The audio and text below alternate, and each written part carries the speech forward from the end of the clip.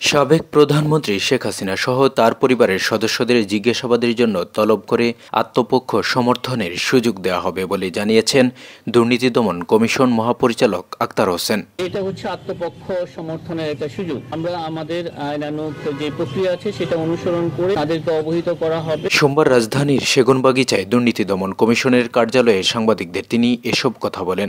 তাদের বক্তব্য প্রদানের জন্য আত্মপক্ষ সমর্থনের সুযোগ নেবার জন্য দুদক মহাপরিচালক বলেন, দুর্নীতির অভিযোগ থাকায় শেখ হাসিনা সহ দলের অন্যদের আত্মপক্ষ সমর্থনের সুযোগ দিতেই তলব করা হবে, তবে তারা হাজির না হলে আইন অনুযায়ী ব্যবস্থা নেওয়া হবে বলে জানান তিনি।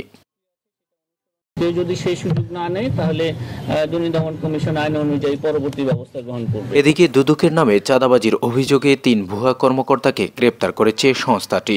৭ জনকে আসামি করে পল্টন থানায় মামলাও করা হয়েছে বলে জানান মহাপরিচালক। আমরা আমাদের আইনানুগ যে প্রক্রিয়া আছে সেটা অনুসরণ করে তাদেরকে অবহিত করা হবে।